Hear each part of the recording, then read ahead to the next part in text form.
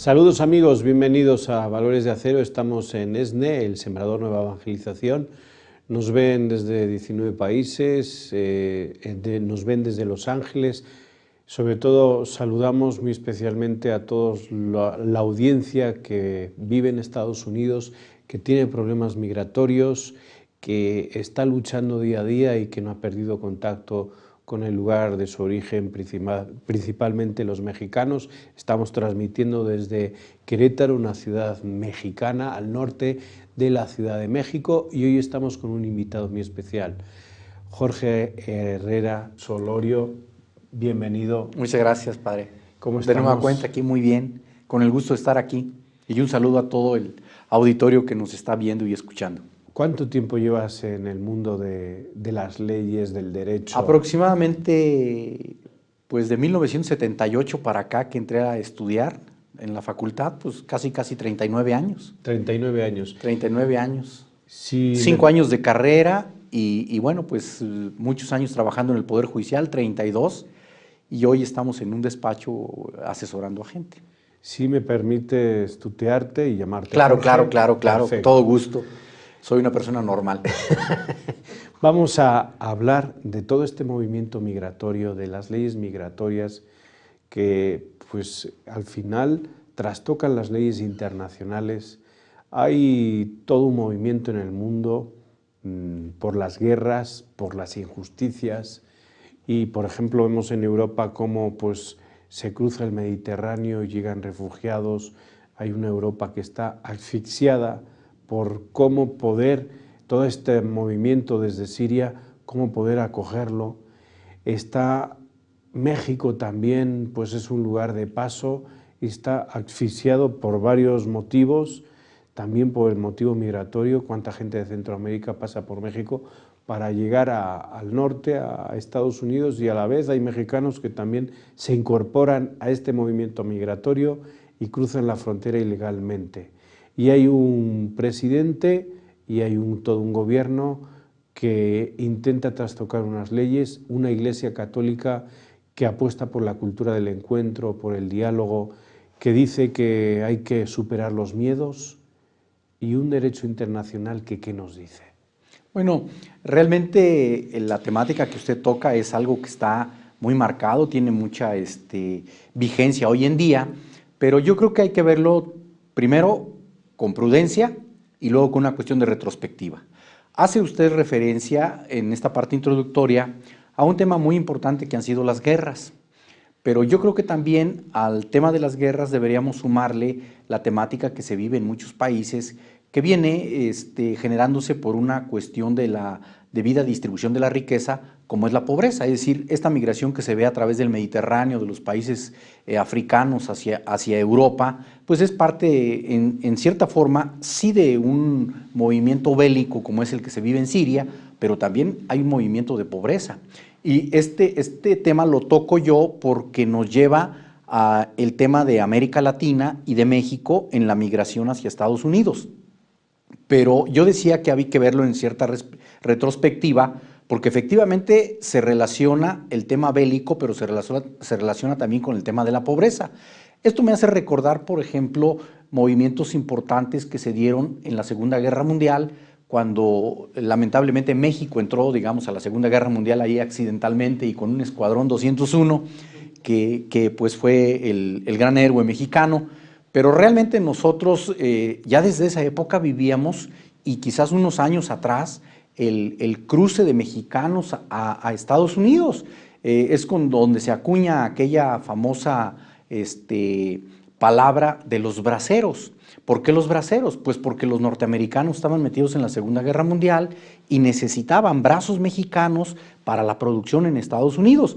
Y a partir de eso se vienen desarrollando toda una serie de programas de trabajo para llevar mexicanos a Estados Unidos, algunos legales y otros de manera ilegal, o como se les dice coloquialmente, indocumentados.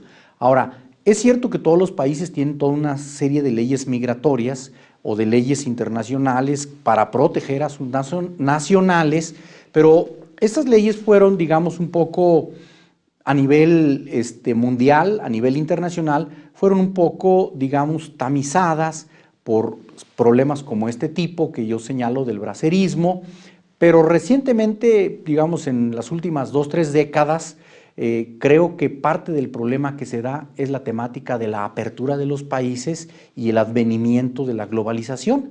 Entonces, hoy en día que vemos que llega un presidente de los Estados Unidos que se llama Donald Trump, le quieren dar la vuelta a esta idea de la globalización y en cierta forma manejar una doctrina económica muy nacionalista, en cierta forma del proteccionismo, que es básicamente digamos, el punto ideológico que están manejando atrás de todas estas políticas que hay del presidente Trump.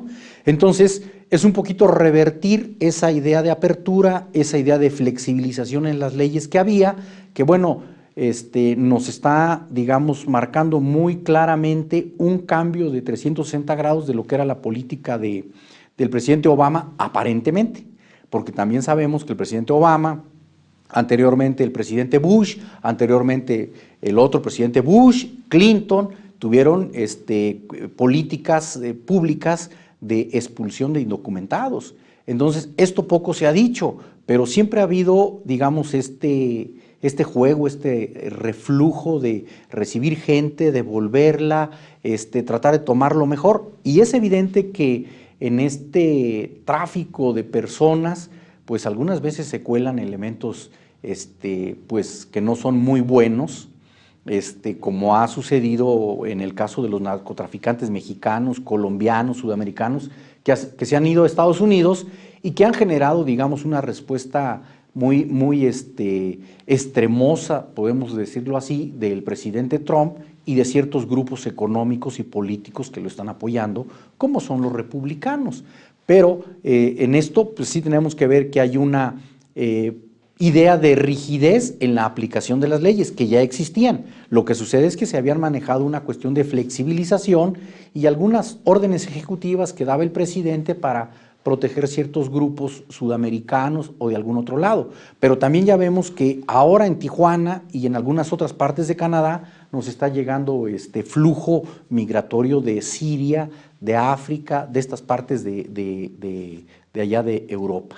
Lo que antes pues estaba afectando mucho en Francia, Inglaterra, España y estas partes de Europa, ahora como que nos está fluyendo para acá. Has hablado del proteccionismo y también de las bolsas de pobreza, en los lugares donde también la pobreza provoca esta huida de los países. El proteccionismo provoca pobreza, es decir, el proteccionismo al final va a dividir un país, mira hacia el ombligo del propio país, dejando la solidaridad a las puertas y que cada quien pues se la vea como pueda. ¿Cómo lo ves? Es que es un poco grave entender que se quiera revertir desde una nación, digo, como que suena contradictorio, suena paradójico, que desde una nación que es fundada por inmigrantes y que durante años y años hemos visto, décadas, hemos visto que siempre ha tenido apertura para recibir gentes de otras naciones. Es decir, hay toda una serie de grupos en Estados Unidos que tienen orígenes en otras partes. Inicialmente, bueno, pues hablamos de los ingleses que fundan Estados Unidos, después se van enriqueciendo con la cultura de los irlandeses, después viene un grupo de franceses que van a ocupar ciertos territorios de Estados Unidos y van a permear con alguna cultura como Nueva Orleans y toda esta zona, y luego finalmente un grupo así muy importante que llega a Estados Unidos a principios del siglo pasado y que se asienta muy bien y que nos ha llegado en los clásicos antihéroes, pues son los italianos, toda la mafia italiana que se asienta en Estados Unidos, Chicago, etcétera, etcétera, y que se va creando un grupo. Y luego, por supuesto, el grupo mexicano, los nacidos en México que van ocupando lugares como en California, San Antonio o parte de Texas. Y bueno, pues muy importante, Nueva York. En Nueva York hay una gran cantidad de mexicanos y mexicanos muy exitosos. Obviamente en estos lugares también hay mexicanos que han influido en el aspecto de la drogadicción, pero la drogadicción no es porque los mexicanos seamos drogadictos, porque los norteamericanos son básicamente los consumidores. Y el tema que nosotros vemos aquí, que rompe un poquito el esquema, digamos, de igualdad es, bueno, ¿por qué no estás combatiendo el consumo de drogas en Estados Unidos y por qué nos echas la culpa a nosotros de todos los narcotraficantes? Si lo único que hacemos es venderte lo que ustedes están pidiendo. Entonces, eso rompe un poquito, pero en relación al proteccionismo, bueno, la idea fundamental es romper con la globalización y que entonces los países hacia el interior vayan a producir, digamos, sus propios insumos, lo que resulta muy paradójico y contradictorio porque hoy vivimos un mundo globalizado donde nosotros le mandamos a los americanos una gran cantidad de mercancías y ellos nos mandan una gran cantidad de mercancías, igual con otros pueblos como Europa, como Sudamérica, en los que estamos perfectamente mezclados en un tráfico comercial que no es nuevo. Simplemente basta revisarnos la historia. Vayámonos a la época de los griegos. Ajá. Los griegos ocupaban el Mediterráneo, negociaban con todos los pueblos del Mediterráneo y estamos hablando de hace 2000 años, 2500 años. Entonces, parte del problema aquí es una cuestión del comercio. Entonces, este proteccionismo es quizás una idea que ya se ha manejado desde hace mucho tiempo, pero hoy en día se está poniendo en práctica en algunos países, principalmente esto, digamos que emergió con el famoso Brexit en Inglaterra. Y luego pues con la elección del presidente Trump, que todo el mundo hace 4 meses, 5, pensábamos que nunca iba a ser electo. Entonces lo veíamos a mí como un juego y pues realmente no. Y hoy tenemos también la amenaza de otra elección que puede haber en Francia, de otra persona que es pues Le Pen, muy inclinada al proteccionismo. Pero esto pues tendremos que revisarlo porque en términos de globalización ya estamos viendo que el presidente tiene muchos problemas. El presidente Trump al interior de los propios Estados Unidos está teniendo muchísimos problemas. Quizás muchos de los que lo apoyaron, que forman parte del establishment norteamericano, que es el grupo poderoso, el grupo económicamente que maneja todo atrás de los presidentes y que no lo vemos, pero que digamos son los factores reales de poder, como es aquí, pues en cierta forma la iglesia, en cierta forma el ejército, en cierta forma el grupo de los empresarios, que en cierta forma en la protección de sus intereses y en la búsqueda siempre de sus intereses van haciendo que la nave política vaya tomando cierto derrotero para que beneficie a la mayor parte de la población. No hemos visto en Estados Unidos todavía cómo se ha presentado esta situación de que empiecen a presionar al presidente. Ya algunos vimos como que, pues ayer el secretario del Trabajo, que era el candidato máximo de él, pues se cayó porque ya se demostró que tenía contratada una indocumentada y a la que no le respetaba sus derechos humanos. Ajá. Bueno, pues estamos aquí platicando con Jorge de realidades que pues tocan a todos y sobre todo estarán tocando a usted y a su familia.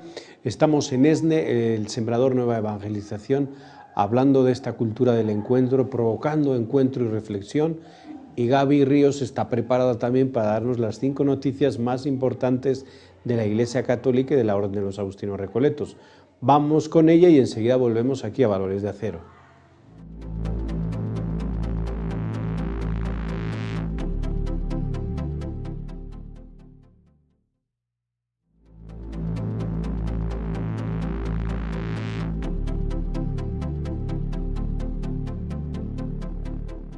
Gracias, Gaby Ríos, por estas noticias de la Iglesia Católica y de la Orden de los Agustinos Recoletos.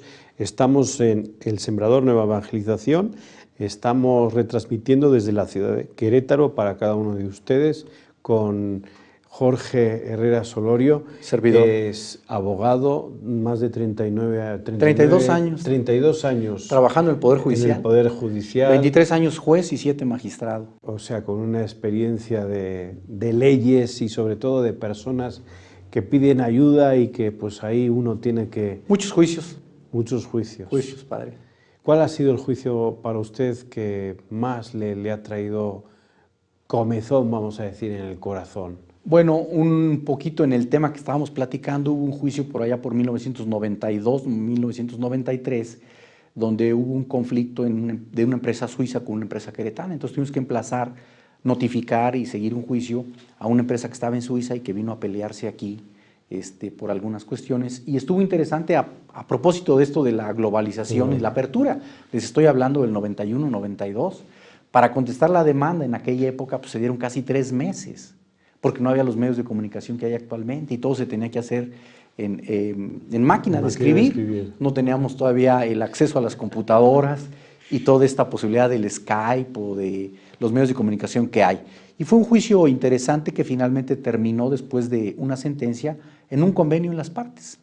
Y se arreglaron precisamente para una cuestión de medicinas y de ese tipo de cuestiones, que ya nos empezaban a anunciar pues muchas de las cuestiones que hoy en día son muy importantes y que son derechos de propiedad industrial, como los inventos que se hacen, por ejemplo, para un producto, para una medicina que va a curar determinada enfermedad. En aquel tiempo era un poquito de esa situación. ¿Qué le parece, Jorge? ¿Qué te parece, Jorge, si hablamos de la confidencialidad de datos? En un mundo globalizado, como hemos dicho en la otra parte, en el otro bloque del programa, en un mundo globalizado, en un mundo en donde hoy en día puedes ver a través de las redes sociales qué está haciendo el otro, si lo comunica, pero también esto es un problema porque hasta cierto punto esto que yo publico o que uno publica lo deja en la red, lo puede ver todo el mundo, es una exposición y a la vez está la confidencialidad de datos en los menores, la confidencialidad de datos en los juicios. Es interesante ver cómo pues, en los casos que son condenables, todos los que tocan a todo esto de la pederastia, cuando hay un sacerdote de la Iglesia Católica, el boom que se arma, ¿no? Pero cuando en la mayoría de estos casos la pederastia, la mayoría son en la familia, se condenan o son en otra institución, no se dice nada. Cómo esta confidencialidad de datos, cómo se puede jugar dentro de un juicio, cómo se debe salvaguardar sobre todo la persona a pesar de todo lo condenable que hay, ¿no? Igual en un terrorista, en un asesino o en estos casos que te he dicho. A partir de, digamos, de una década y media para acá, empezó a tocarse esta situación por el boom que ha tenido los medios de comunicación, como usted señala, el internet, las computadoras y algunos otros mecanismos que hay, como el famoso Skype o otras cuestiones propias de la red, ¿no? Pero ha habido ya la emisión por parte del Congreso de la Unión y por parte del Congreso de los Estados, desde hace aproximadamente unos 15 años para acá, 10, normas, leyes que establecen la protección de los datos y cada día se está avanzando más porque a medida que vamos avanzando, pues los medios de comunicación también van avanzando, las tecnologías van avanzando mucho. ¿Quién pensaría hace 20 años en un celular?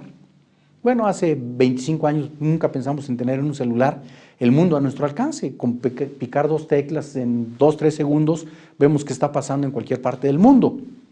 El caso es que, pues, el hecho social, digamos, de la comunicación, lleva un poquito atrás a las leyes y las leyes van protegiendo la confidencialidad. En el caso concreto de los juicios, existen normas concretas en materia federal y en materia local, donde en todas las decisiones que toman los jueces se le pregunta a las partes si se da el consentimiento para la publicación de sus datos.